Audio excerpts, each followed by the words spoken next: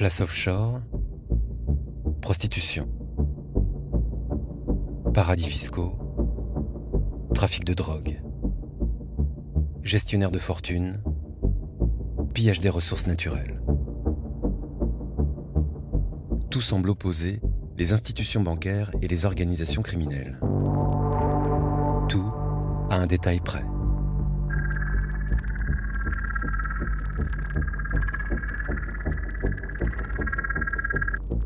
Dans leur quête incessante de nouveaux marchés, les mafieux s'invitent dans les cercles de pouvoir avec un impératif: dissimuler leur argent. En un siècle, la criminalité organisée en col blanc impose sa marque dans le monde des affaires et de la finance internationale. C'est l'histoire de cette alliance criminelle entre mafia et banque que ces trois films racontent.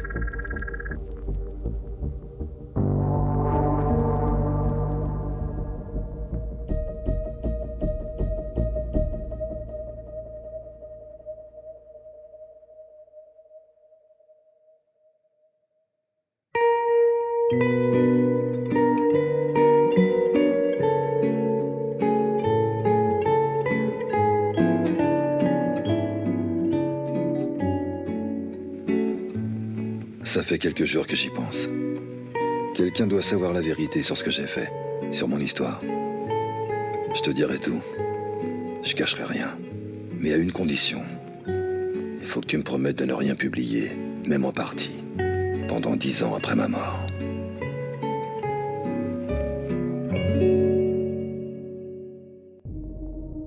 En 1960, Charles Lucky Luciano, le parrain de la mafia new-yorkaise en exil, se confie à un écrivain américain. Il lui raconte dans un langage cru son parcours au sein du crime organisé et lui dévoile les détails de la création de Cosa Nostra aux États-Unis. Pour Lucky Luciano, les affaires sérieuses commencent au début des années 1920 à Manhattan, au temps de la Prohibition.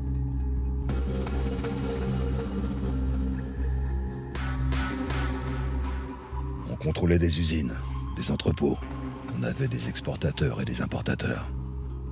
Évidemment, on n'avait pas d'impôts à payer comme la General Motors. Mais ça ne voulait pas dire qu'on n'avait pas des charges considérables. On graissait la patte aux flics et aux politiciens. Ça rentrait dans les frais généraux, comme dans n'importe quelle affaire. New York a été crucial à deux égards dans l'histoire de la Prohibition. Il y a d'abord sa géographie. New York était un point d'entrée central pour tout l'alcool illégal dans le pays. C'était le début des lignes ferroviaires, c'était un port important. Et c'était également le lieu de convergence du monde de la finance et de celui de la politique sur le sol américain. Dans les années 1920, Wall Street est une place forte de la finance internationale.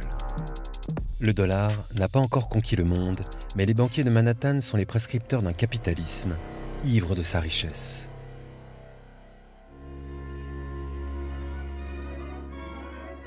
À quelques blocs de Wall Street, dans le Lower East Side, le contraste est brutal. Émigrés irlandais, juifs, chinois, italiens vivent dans la misère. Les gangs tiennent le coin des rues. Raquettes, prostitution, la prohibition de l'alcool va transformer le monde du crime. En ce qui concerne la structure des villes américaines, chaque grand carrefour de chaque grande ville des États-Unis avait 4 coins. Et à ces 4 coins se trouvaient 4 saloons. C'étaient les espaces publics de la société américaine. Et du jour au lendemain, tout ça a disparu. La prohibition, appelée de ses voeux par l'Amérique blanche et puritaine, fait basculer ce qui était la 7e industrie du pays entre les mains de la pègre.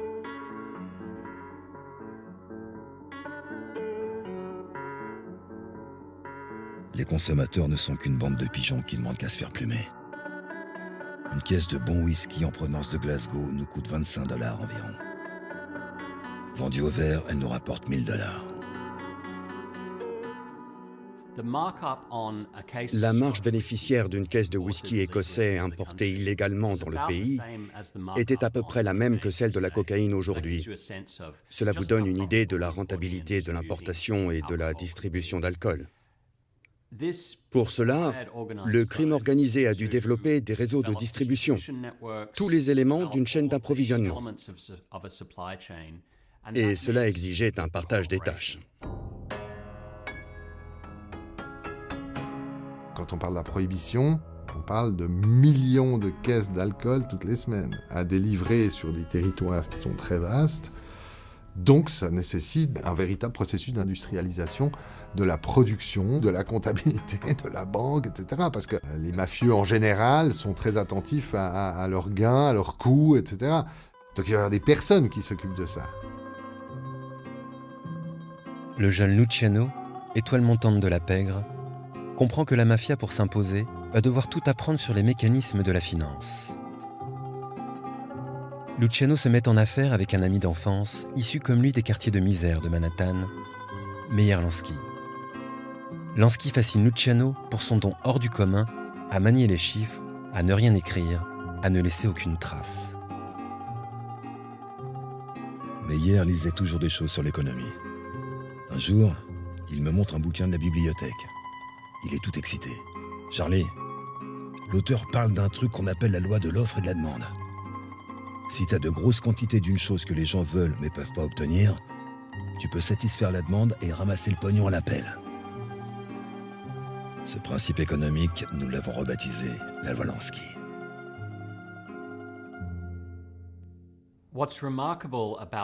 Ce qui est remarquable dans le partenariat entre Luciano et Lansky, c'est qu'ils agissaient en stratège. Luciano disait de Lansky qu'il pouvait voir dans les coins.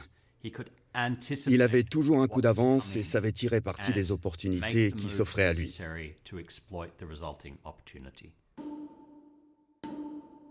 Une des premières idées de Meyer Lansky est d'installer des machines à sous dans les speakeasies pour les Américains blancs aisés et de monter une loterie clandestine de rue pour les noirs et les pauvres qui rêvent de décrocher la timbale.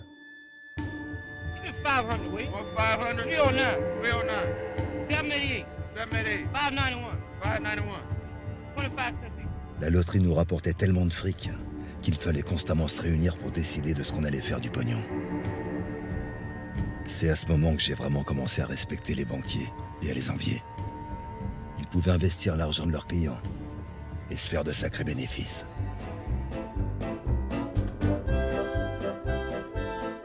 Dans ces années folles, l'argent et l'alcool enivrent l'Amérique. Hausse des salaires, consommation de masse, croissance infinie. Chauffeurs de taxi, vendeuses, patrons, tout le monde joue en bourse et les banques prêtent à tour de bras pour alimenter la machine. Les années 20, c'est surtout une période de spéculation financière. Tous les moyens sont bons pour gagner beaucoup d'argent. Il y a une caractéristique typique des périodes d'euphorie financière, sont des périodes où les escrocs économiques sont de plus en plus présents. Et les années 20, c'est un foisonnement d'escroqueries sur le plan économique. Et ça, c'est toujours un signe dans l'histoire qu'on est dans une période d'euphorie financière. En octobre 1929, les marchés dévissent. En une matinée, le cours de millions d'actions s'effondre. La peur s'abat sur l'Amérique. Banquiers, puissants hommes d'affaires doivent rendre des comptes devant la nation. On a pris conscience que, des gens qui apparaissaient bien sous tout rapport, voire même très estimables, puisque c'était de riches banquiers ou de riches financiers très établis, pouvaient être eux aussi facteurs de troubles très importants pour l'équilibre du système capitaliste lui-même. Et donc, on a commencé à prendre conscience qu'il pouvait exister des criminels en col blanc. Alors, on leur a donné différents types de noms. On a utilisé le terme de banksters pour justement jouer sur les mots avec gangsters, c'est-à-dire des banquiers qui ont des pratiques qui mettent en péril tout le système financier. La mafia italo-américaine, elle, ne connaît pas la crise. En pleine prohibition, elle doit faire face à ces excès de liquidité. La pègre n'a pas encore intégré le système bancaire, mais elle se lance dans le financement de l'économie. De nombreuses sociétés au bord de la ruine, entreprises de confection, d'emballage de viande, de produits laitiers, de transport routier et d'autres secteurs clés de la vie économique, passent sous le contrôle du milieu. Donc cet argent, il circule, il est largement réinvesti dans le système de la prohibition. Et puis, il va aussi largement financer ce qu'on peut appeler une consommation ostentatoire, hein, puisque le mode de vie des gangsters, c'est d'afficher cette richesse. Et certains disent que le mot blanchiment viendrait d'Al Capone lui-même, qui avait un réseau de blanchisserie. Il avait investi la sphère légale et l'argent sale était investi dans cette activité-là. En 1931, coup de tonnerre.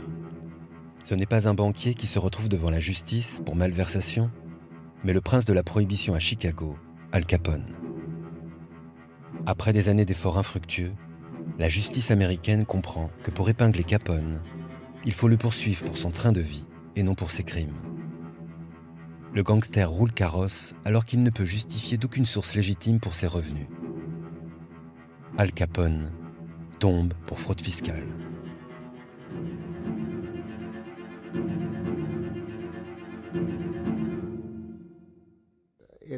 Il est devenu évident après cela que si vous étiez du monde criminel, vous aviez sacrément intérêt à trouver un bon moyen de cacher votre argent pour que la police ne puisse pas mettre la main dessus et pour que les services du fisc ne sachent pas que vous aviez caché de l'argent.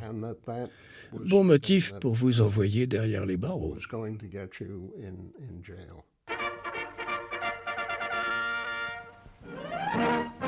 En 1933, Franklin Delano Roosevelt entre à la Maison-Blanche. Sa priorité, sortir le pays de la Grande Dépression.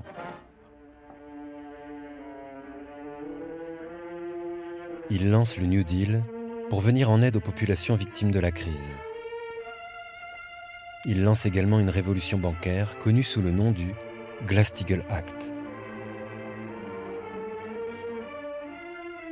Et cette nouvelle loi bancaire, c'est un génie d'innovation dans la régulation publique. Il commence par dire qu'il faut qu'on sépare les banques commerciales des banques d'affaires. Les banques commerciales, c'est la banque que nous, on utilise. À côté de ça, il y a la banque d'affaires, c'est celle qui joue sur les marchés financiers nationaux ou internationaux. Roosevelt dit, maintenant on va séparer ça. Il y a les banques qui vont financer l'économie et il y a les banques qui vont jouer sur les marchés. Comme ça, si elles paniquent sur les marchés, si elles font n'importe quoi, au moins la partie de la banque qui finance l'économie, elle sera toujours là. Donc les banques sont découpées, les banques sont régulées et en même temps les banques sont très rentables. Et donc elles vont accepter ce principe de la régulation financière lié à la loi bancaire de Roosevelt et ça va donner 40 ans de stabilité bancaire et financière. La politique de Roosevelt signe les débuts de l'État-providence et redistributeur. Mais rapidement, le Trésor américain découvre qu'une large partie de l'argent des grandes fortunes soumises à l'impôt a disparu. Un autre monde s'est bâti dans le secret. Le rapport que demande Morgenthau, le secrétaire au Trésor de Roosevelt, est vraiment passionnant. Il nous montre que l'utilisation des paradis fiscaux pour échapper aux impôts, c'est déjà une industrie de construction de l'opacité qui permet de mettre des écrans entre les revenus que je touche et les revenus que je vais déclarer et qui vont être taxés. Et ça, c'est organisé de manière industrielle dès les années 20, dès les années 30, pour essayer d'échapper le plus possible à ceux qui pourraient être tentés de contrôler d'où vient l'argent et qui profitent des placements de l'argent. En ces débuts du XXe siècle, les paradis fiscaux fleurissent sur le sol américain, États-Unis, Canada, mais aussi Panama. Ces places financières, sûres et discrètes, facilitent les mouvements de fonds des grandes fortunes et attirent les capitaux, même les plus sales. En Europe, de l'autre côté de l'Atlantique, un pays a déjà une longue tradition d'opacité financière, la Suisse.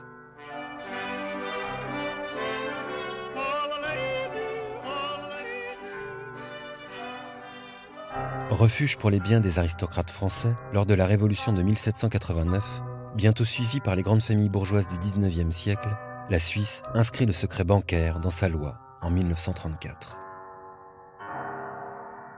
Donc la loi bancaire suisse de 1934, dans le fameux article 47, dit « Tout employé de banque suisse qui donne des informations au gouvernement suisse ou à un gouvernement étranger sur les comptes d'un de nos clients est passible de prison. C'est un crime pénal. » C'est ce qui va faire que pendant des années, aucun journaliste suisse ne va enquêter là-dessus. Parce que si vous êtes en Suisse et que vous enquêtez et que vous divulguez la moindre information, vous finissez en prison. Alors oui, la Suisse est un endroit idoine pour tous ceux qui veulent garder leurs affaires secrètes. Pour les gouvernements, les criminels, les hommes d'affaires, les familles fortunées. La Suisse est l'endroit idéal. Il faut attendre quelques années encore pour que les mafias comprennent tout l'intérêt de placer leur argent au cœur du système bancaire international. Pour l'heure, la mafia new-yorkaise a d'autres soucis. En 1933, la prohibition est abolie. Privée de sa principale source de revenus, la mafia se réorganise. Lucky Luciano, qui a fait assassiner la vieille garde, prend la tête de la mafia new-yorkaise et propose un pacte managérial aux grandes familles mafieuses de l'Est américain. C'est la naissance de la Commission, l'ancêtre de Cosa Nostra aux États-Unis. Cette commission est la contribution de Luciano à l'histoire du crime organisé. Mais si le gangster fait la une de la presse, c'est pour un autre motif.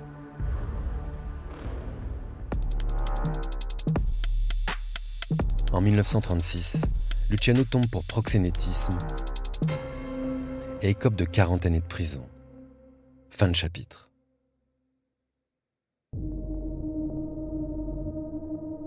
À la même époque, à l'autre bout du monde, un orphelin né dans le ruisseau est en train de révolutionner le monde du crime en intégrant business mafieux, infiltration politique et nouveautés, entrepreneuriat bancaire. Cet homme s'appelle Du Yusheng et sa carrière criminelle épouse les convulsions historiques de la perle de l'Orient. Shanghai.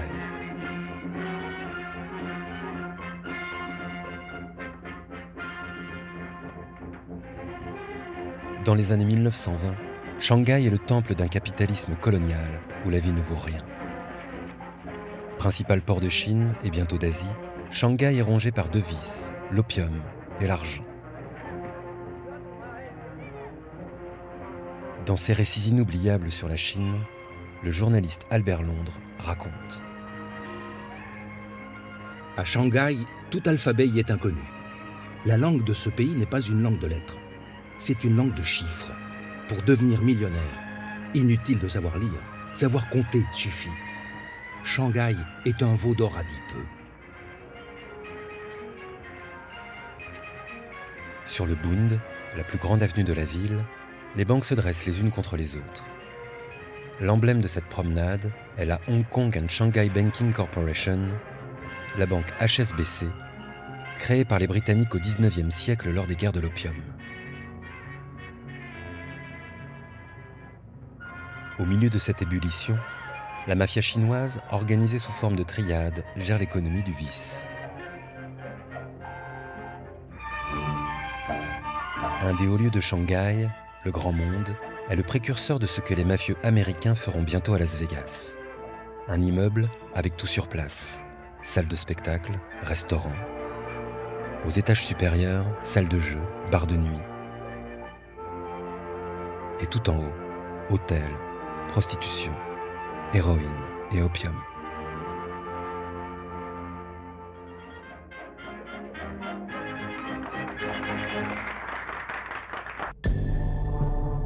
C'est là qu'entre en scène Du Yusheng. À 20 ans, il intègre la puissante triade de la Bande Verte, installée au cœur de la concession française.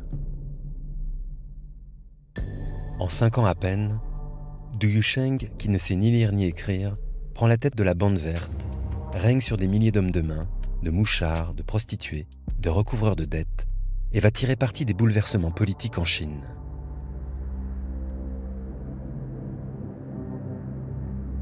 Au milieu des années 20, le Parti communiste chinois créé au sein de la concession française inquiète. La police coloniale demande à la Bande Verte d'étouffer les turbulences politiques. En échange, les fumeries d'opium sont tolérées. Un pacte est scellé entre les autorités françaises et Du Yusheng. En avril 1927, lorsque des mouvements de grève éclatent, Du Yusheng fait massacrer les insurgés par les hommes de la Bande Verte.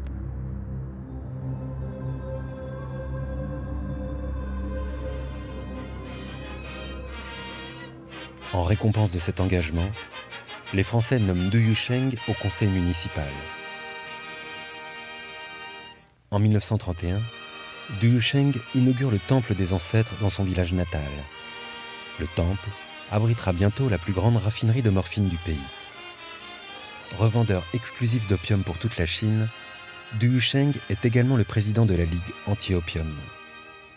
Génie de la duplicité, à la tête d'une des plus importantes organisations mafieuses de Chine, Du Yusheng fait la jonction entre mafia et banque, en arrosant toute la classe politique. Il est nommé directeur de la bourse de Shanghai, directeur de la Bank of China, de la Banque centrale de Chine.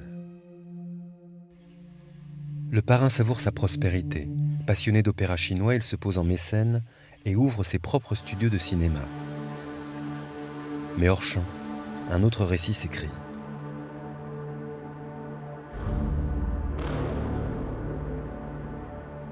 L'invasion japonaise de la Chine en 1931 annonce la guerre. À Shanghai, en 1937, les concessions étrangères sont durement frappées par les bombardements.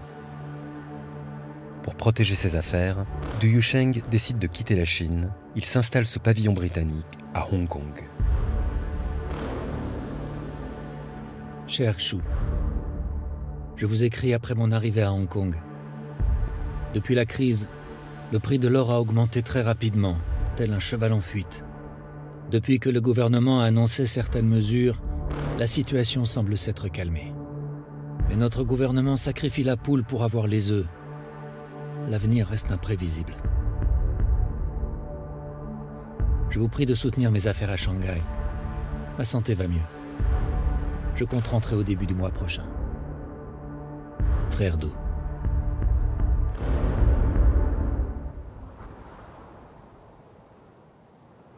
À la fin de la guerre, les concessions étrangères sont rendues à la Chine. Et puis,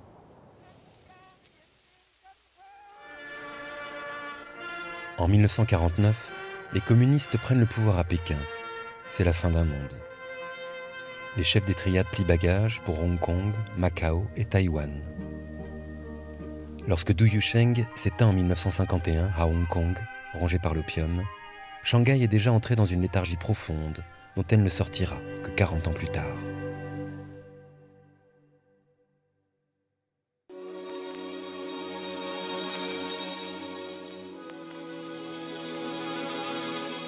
Après la guerre, le camp des vainqueurs, États-Unis en tête, entend bâtir une nouvelle architecture de sécurité internationale, garante de la paix et de la reconstruction.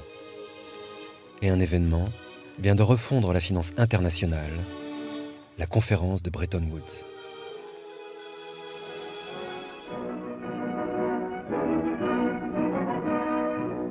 At Bretton Woods, New Hampshire, delegates from 44 allied and associate countries arrived for the opening of the United Nations Monetary and Financial Conference.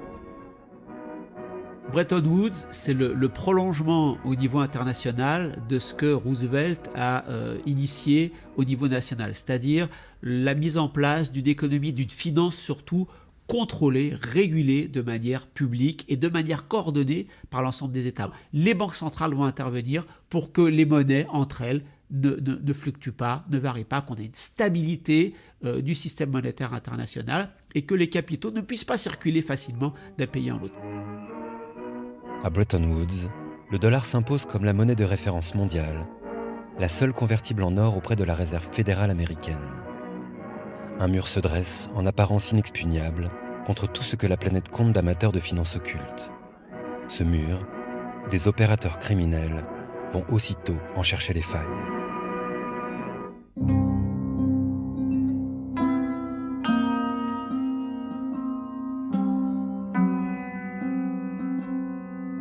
Les gouvernements, sans le savoir, contribuent largement à l'accumulation de fortunes criminelles par le biais de lois apparemment promulguées pour protéger leurs économies ou leurs citoyens. La plupart des familles respectées, les Rothschild, les Rockefeller, peuvent attribuer l'origine de leur fortune à des profits illégaux et à l'évasion fiscale. Mais les gouvernements ne semblent pas disposés à frapper au cœur du système. Ils ne sont pas aussi bons pour trouver l'argent sale qu'ils le sont pour aider à le créer. Le capitalisme est le sein de la vache féconde d'où s'écoule le lait pour tous. L'auteur de ces lignes est un avocat fiscaliste italien. Michele Sindona fut l'un des financiers les plus riches du monde. Banquier de la mafia et du Vatican, grand admirateur de Machiavel, Sindona a voué sa vie à l'argent et à la haine du communisme. Il est un acteur emblématique de l'époque de la guerre froide. Sindona était un gars incroyablement rusé.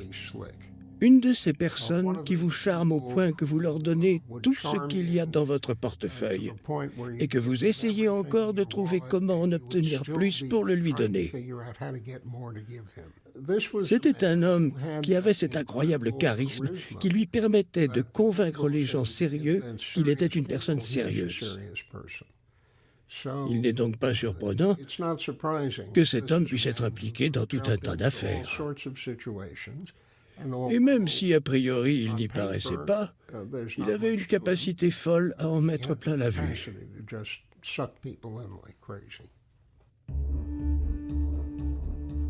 L'aventure de Michele Sindona commence en Sicile, à la fin de la Seconde Guerre mondiale. L'histoire est connue.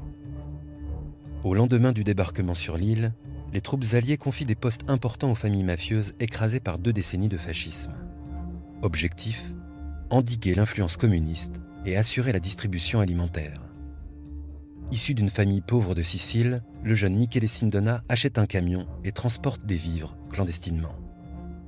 Ce genre de business, on ne peut pas le faire en Sicile dans les années 40 si on n'a pas l'autorisation de la mafia. Donc, dans les années 40, il est lié avec la petite mafia locale, il est déjà dans un entre-deux-mondes. Dans le même temps, la Sicile voit débarquer des dizaines de mafieux italo-américains forcés à l'exil. Parmi eux, Lucky Luciano. Il a bénéficié d'une remise de peine en échange de son départ du sol américain. Triste retour aux origines. En 1946, le marché noir, tout le monde y trempait. C'était une question de vie ou de mort. En presque 6 mois, j'ai doublé mon capital. J'étais comme un vrai banquier de Wall Street. Mais bon, j'attendais que Lansky me fasse signe. Rien de plus.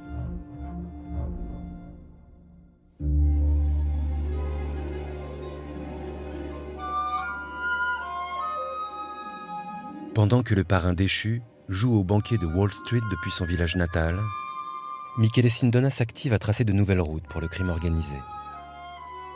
Au début des années 50, fraîchement diplômé en droit, il s'installe à Milan, capitale économique d'un pays en pleine reconstruction, et commence une brillante carrière d'avocat. Milan, après la guerre, était devenue une grande ville industrielle.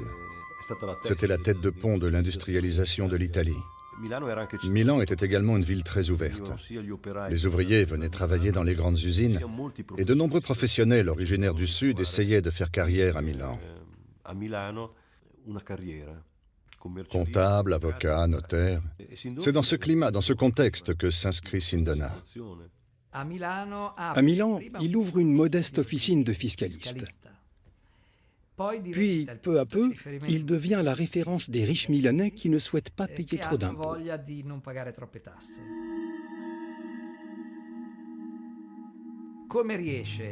Pourquoi Sindona est-il le plus fort à ce petit jeu? Grâce à certaines intuitions qui nous semblent normales aujourd'hui, mais qui à l'époque constituaient une véritable innovation, à savoir le recours aux banques étrangères. Banque en Suisse, compte secret, transfert en Suisse de l'argent accumulé en Italie, puis mise en place de systèmes financiers inexpugnables avec des points de chute au Liechtenstein.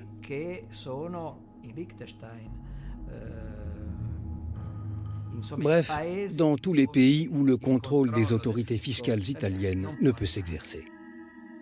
La plupart des entreprises italiennes ont au moins 5 livres de compte.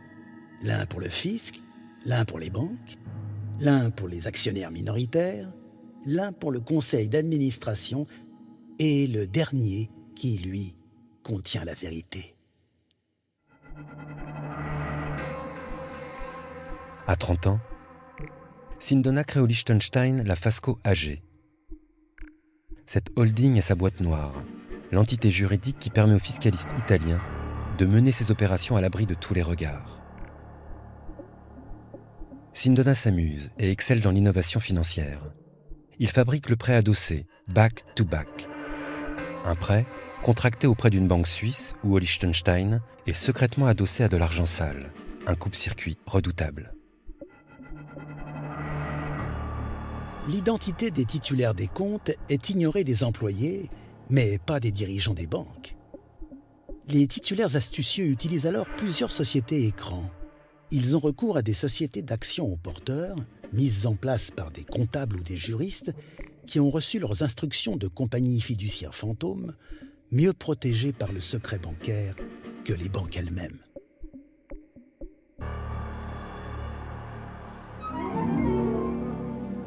En ces débuts de guerre froide, l'Italie est la ligne de faille géopolitique entre les deux blocs, américains et soviétiques. Le théâtre d'un conflit d'autant plus féroce que le Parti communiste italien, aligné sur Moscou, est aux portes du pouvoir. Fort de son anticommunisme viscéral, Michele Sindona intègre les milieux maçonniques où se croise tout ce que l'Italie compte de cercles de pouvoir occultes. La franc-maçonnerie, c'est ça. C'est un salon où se côtoient le banquier, le responsable des services secrets, le politicien, l'homme d'affaires. Sont également présentes les organisations criminelles. À cette époque, principalement Cosa Nostra. C'était presque un mécanisme d'attraction mutuelle entre les éléments du pouvoir. La mafia est un élément du pouvoir. Et c'était la même chose dans les campagnes. Dans les villages sur la place centrale le dimanche matin, on voyait ensemble le maire, le parlementaire, le pharmacien, le maréchal des carabiniers et le chef mafieux. Au début des années 50, Michele Sindona sent déjà que l'Italie est trop petite pour lui. Afin d'étoffer son carnet d'adresses, il effectue un voyage à New York. Sindona, ce qu'il fait au début des années 50 aux États-Unis, c'est construire son réseau avec les hommes politiques de droite aux États-Unis, et puis ses réseaux avec les banquiers. Il découvre que si on veut être un grand financier international, et il veut devenir un grand financier, un grand banquier international, il faut se rapprocher du dollar. Lors de son séjour à New York, Sindona a un autre rendez-vous. Il rencontre, à la veille d'un gigantesque bouleversement, des membres de la famille Gambino, une des branches de Cosa Nostra aux États-Unis. La mafia de la côte Est s'apprête à mettre en place un vaste réseau de trafic d'héroïne, avec comme plaque tournante une île paradisiaque des Caraïbes, Cuba.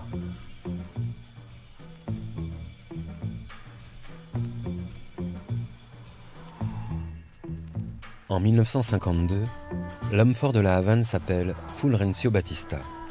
Régime brutal, police secrète impitoyable. À Cuba, arbitraire et corruption règnent en maître. Batista a une histoire. À l'époque de la Prohibition, Cuba était une place importante dans le trafic d'alcool avec la Floride. Fulgencio Batista avait alors noué une amitié avec un homme désormais familier, Meyer Lansky, en personne. Une fois au pouvoir, Batista offre à Lansky un poste de conseiller du gouvernement pour le développement de l'île. À Cuba, la mafia développe à l'échelle d'un pays le modèle qu'elle avait mis en place dans les années 30 à New York. Lansky est devenu l'architecte principal d'un effort visant à utiliser les instruments de l'État pour développer une nouvelle économie politique à Cuba, basée sur le tourisme, le jeu, la vie nocturne, le développement du trafic de drogue et de la prostitution, bref, de tous les marchés du vice. La Havane était quelque chose d'unique dans l'histoire du crime organisé. Ils avaient un État.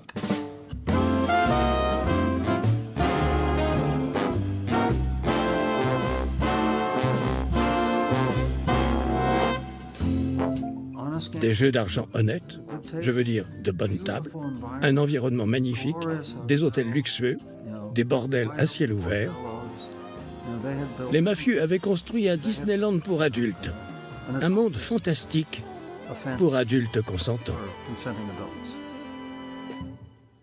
Lansky était au centre de tout ça, et il était personnellement très investi dans le pays.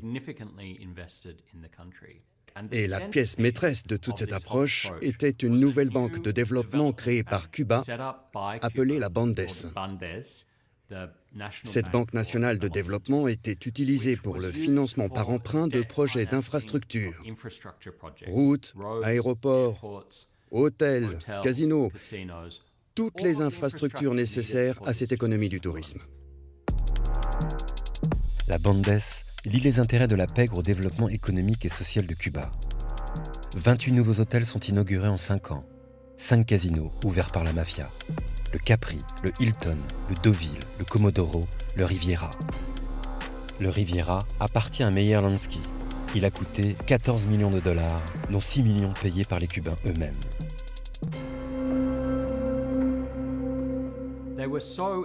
Les mafieux étaient tellement investis émotionnellement, financièrement et stratégiquement dans ce modèle qu'ils sont devenus aveugles à la faiblesse des fondements du modèle, en particulier de ses fondements sociaux.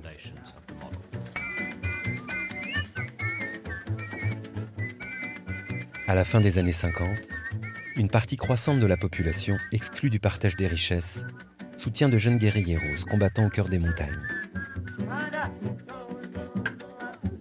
Fidel Castro, Ernesto Guevara et leurs frères et sœurs d'armes avancent jour après jour vers la capitale. Les familles mafieuses de New York, à la tête d'un trafic d'héroïne entre Cuba, l'Europe et les États-Unis, considèrent alors que certaines alliances doivent être repensées.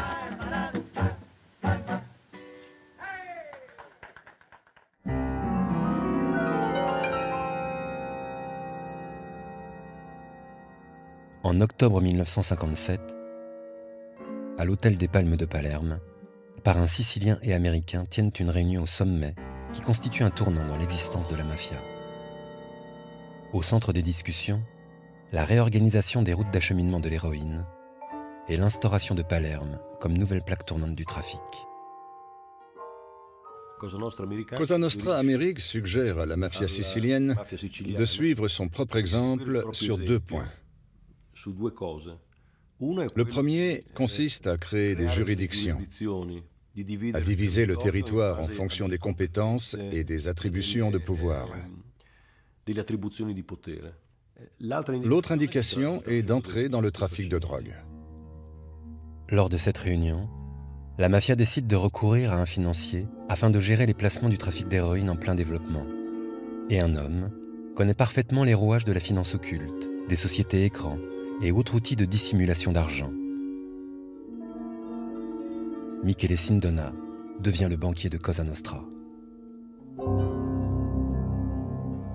Donc à partir de 1957, c'est lui qui est en charge de gérer, pas de blanchir. Il y a déjà des gens qui peuvent blanchir l'argent, mais cet argent, le blanchir, c'est lui donner un aspect légal, mais il faut qu'il soit placé, c'est-à-dire il faut qu'il rapporte. Et donc on demande à Sindona, à partir de 1957, de gérer l'argent de la mafia. Pour la mafia, Sindona est la clé pour accéder au système bancaire international. Pour le fiscaliste, opérer pour la mafia, c'est avoir la main sur des liquidités colossales. Sindona est désormais au centre d'une nébuleuse où circule l'argent des grandes fortunes milanaises, l'argent de la mafia et bientôt l'argent du Vatican. Au début des années 60, Michele Sindona cultive des liens d'amitié étroits avec l'archevêque de Milan, le cardinal Montini. En 1963, Montini est élu pape sous le nom de Paul VI. Sindona accède au sein des saints et l'Istituto per le Opere di Religione, l'IOR, la Banque du Vatican, en charge de l'extraordinaire patrimoine financier et immobilier du Saint-Siège. La Banque du Vatican est une banque offshore située dans le centre de Rome. Grâce à la relation que Sindona a réussi à tisser avec le Vatican, il a pu utiliser l'IOR comme l'une de ses boîtes à outils pour opérer à travers le monde, multiplier et attirer l'argent.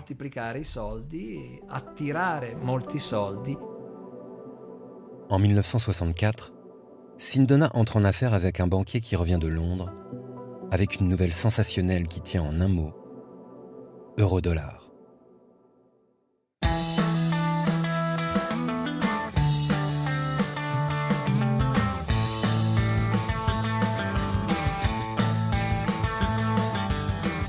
Depuis la fin de la guerre, la City de Londres n'est plus ce qu'elle était. La livre sterling ne pèse plus rien face au dollar, et la régulation est si stricte que les banquiers ne peuvent plus jouer des fortunes qui passent entre leurs mains. Depuis les accords de Bretton Woods, le banquier britannique s'ennuie. La vie du banquier londonien typique consistait à arriver au travail vers 10h30, 11h, à parcourir quelques documents sur son bureau, puis à se préparer à rencontrer les invités du déjeuner. On se rendait ensuite dans la salle à manger privée, on prenait un long déjeuner arrosé de quelques bouteilles de vin, et tout ce petit monde rentrait chez soi, probablement pour faire la sieste vers 15h30 ou 16h. C'était une vie assez tranquille et quelque peu ennuyeuse, mais pas seulement.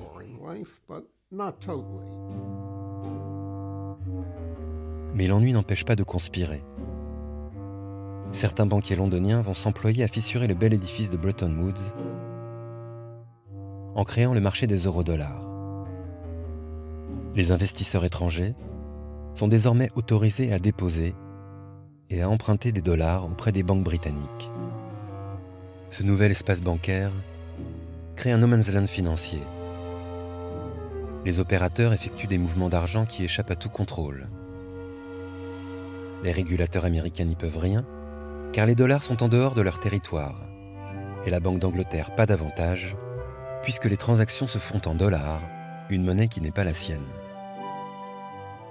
Le marché des eurodollars est vraiment un marché du secret qui permet aux personnes qui détiennent de l'argent offshore de dissimuler leur identité, de cacher l'origine de leurs fonds, de cacher la façon dont cet argent circule d'une juridiction à une autre et de cacher la façon dont il est utilisé. Vous créez alors un environnement criminogène qui offre aux mafieux l'opportunité de mélanger leur argent avec de l'argent parfaitement propre. Et comme il fallait s'y attendre, ce sont les criminels de ce monde qui ont été les premiers à utiliser ce marché des eurodollars. L'essor vertigineux des dépôts en eurodollars est à l'origine du retour en scène de l'Empire britannique. Cet empire n'est plus colonial, mais financier. Et le cœur n'est plus Buckingham Palace, mais la City de Londres. C'est dans toutes les anciennes dépendances de la couronne, île de la Manche, île caribéenne, que cet empire va essaimer jusqu'à prendre le contrôle de la moitié de la finance offshore du monde. Les banques américaines vont venir s'installer à partir de la deuxième moitié des années 60, très largement à la City de Londres, en disant à leurs clients « Écoutez, si vous voulez vraiment toucher un intérêt, on va passer par Londres ». Et la Société Générale, et des banques hollandaises, et des banques belges, etc. Tout le monde va venir s'installer à Londres. On est vraiment du côté des banquiers, là, dans la mise en œuvre d'une stratégie organisée, consciente, de contournement de la régulation bancaire et financière dans leur propre pays.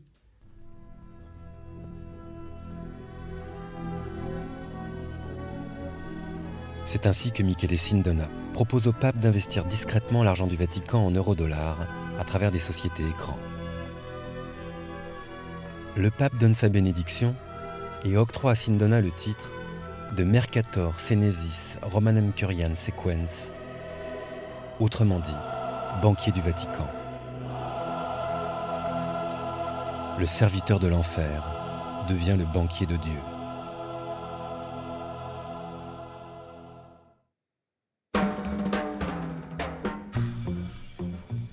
D'un paradis fiscal à l'autre. Au milieu des années 60, un nouveau territoire s'affiche comme l'un des fleurons de l'empire financier britannique, l'archipel des Bahamas. Fief de la piraterie au XVIIIe siècle et place offshore lors de la Prohibition, les Bahamas ont une longue histoire avec l'illégalité. C'est là qu'on retrouve l'insubmersible financier de la mafia américaine, Meyer Lansky. Si le mafieux s'est installé sur l'archipel, c'est qu'il y a été contraint. Avec la révolution cubaine et la fermeture des casinos, Lansky a perdu jusqu'à sa chemise. Et coup dur, il a également perdu son vieux complice, Lucky Luciano, victime d'un arrêt cardiaque.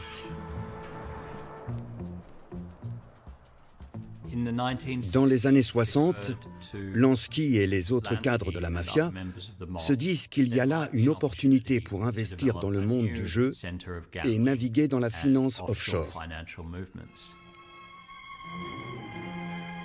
Nassau, la capitale de cette colonie britannique, est tenue par des pirates d'un nouveau genre, les Bay Street Boys. À sa tête, Stafford Sands, ministre des Finances et père du tourisme bahaméen. Les dirigeants des Bahamas de l'époque étaient une clique d'intérêts blancs bien établie appelée les Bay Street Boys, au sein de laquelle Stafford Sands occupait une place de choix. Une des îles les moins développées se trouvait au nord de l'archipel, Grande Bahama. C'est de là qu'est parti le nouveau projet de Lansky en collaboration avec Stafford Sands et les Bay Street Boys. Ouvrir un nouveau complexe de casinos. À cette époque, le jeu était interdit sur l'archipel. Alors, pendant la construction de leur hôtel, les mafieux ont obtenu des Bay Street Boys qu'ils changent la loi.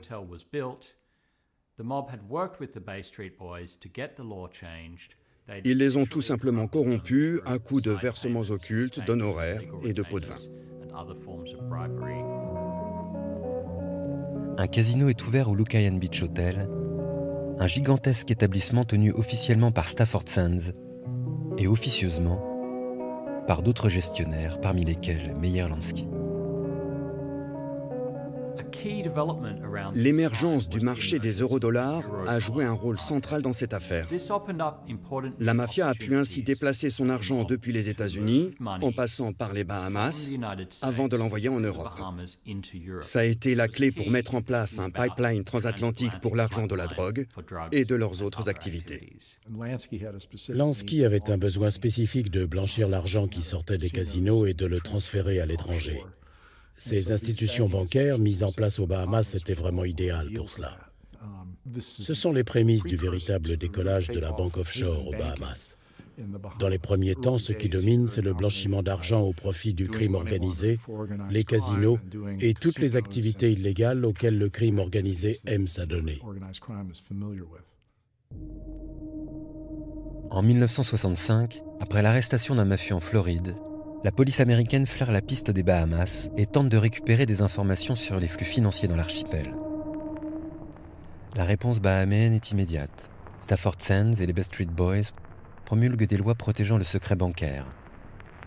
Londres, puissance tutélaire, laisse faire.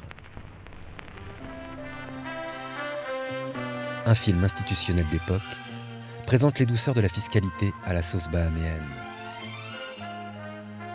Until at least 1990, there's a contractual guarantee that no personal or corporate income tax, capital gains... Aucun impôt sur les capitaux, sur le foncier, sur le patrimoine personnel. Et jusqu'en 2054, aucun prélèvement, aucune taxe douanière pour les entreprises enregistrées sur le port franc.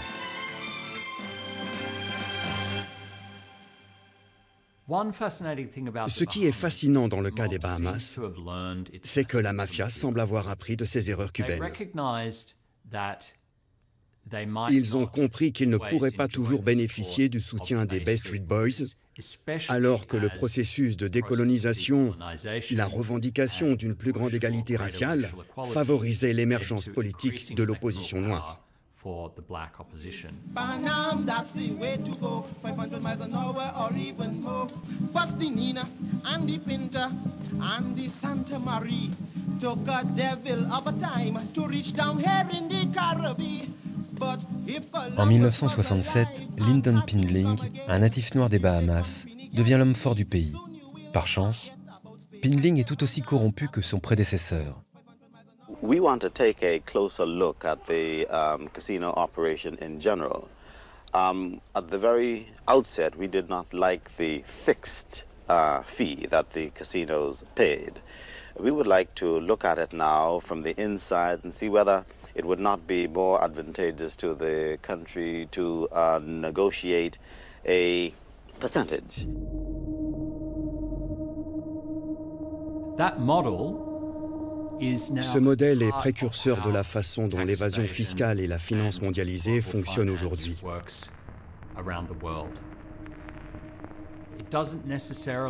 Il n'implique pas automatiquement des acteurs criminels, mais la mafia était aux avant-postes de la diffusion de ce modèle à travers le monde, grâce à son expérience bahaméenne.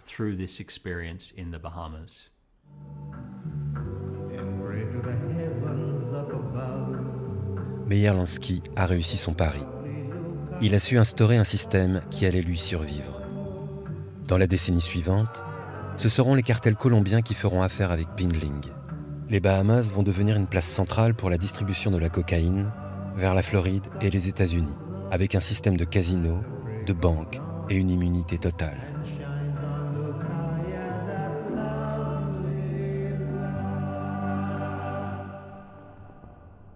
Souvenir de cette époque glorieuse, le billet de $10 à l'effigie de Stafford Sands et celui de $1 pour Pindling.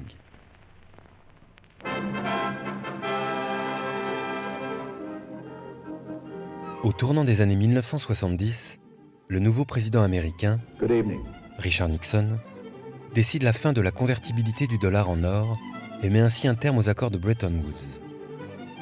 Les valeurs des monnaies sont maintenant laissées au libre jeu du marché. Les contrôles qui régulaient la circulation des capitaux internationaux sont abandonnés. Une nouvelle étape de la libéralisation financière s'ouvre.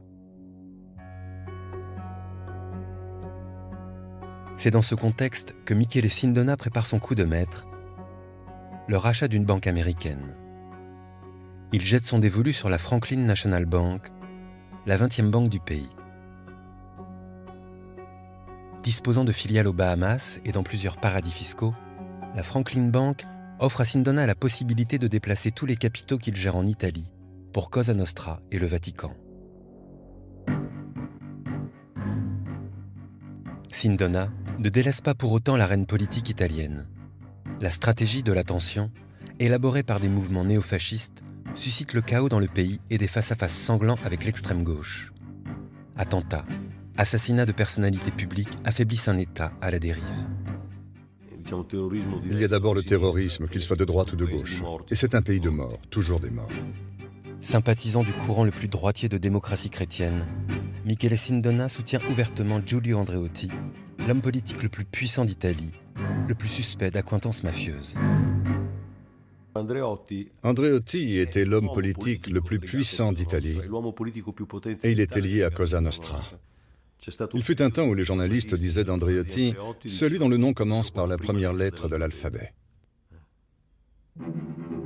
Dans ces années de plomb, Sindona est convaincu que l'Italie peut et doit basculer, à droite toute.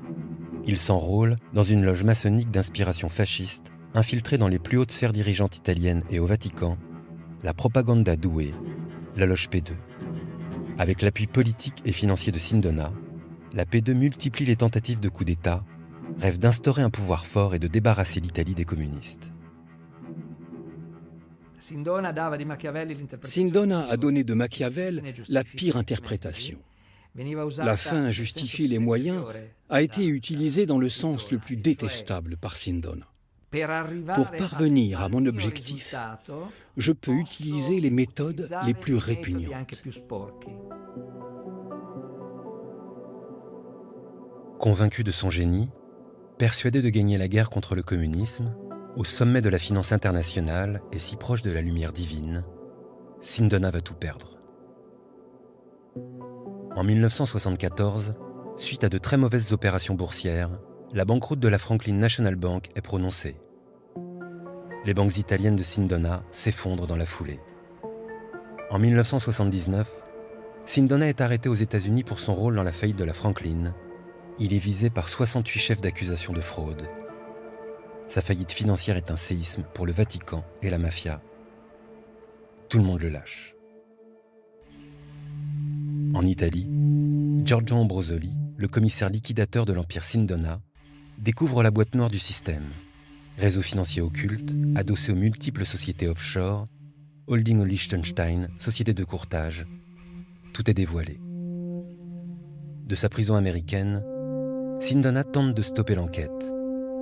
Ambrosoli reçoit des menaces anonymes qu'il a le temps d'enregistrer.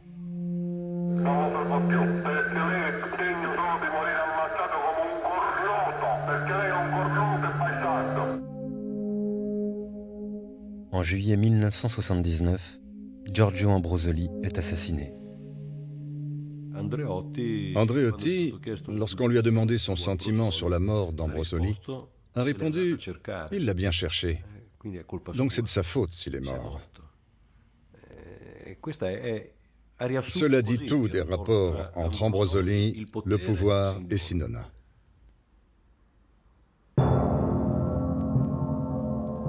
En 1984, Sindona est extradé des États-Unis vers l'Italie. En 1986, il est condamné à la prison à perpétuité pour l'assassinat de Giorgio Ambrosoli. Mais 2 jours après sa condamnation, Sindona meurt dans sa cellule après avoir bu son café empoisonné au cyanure.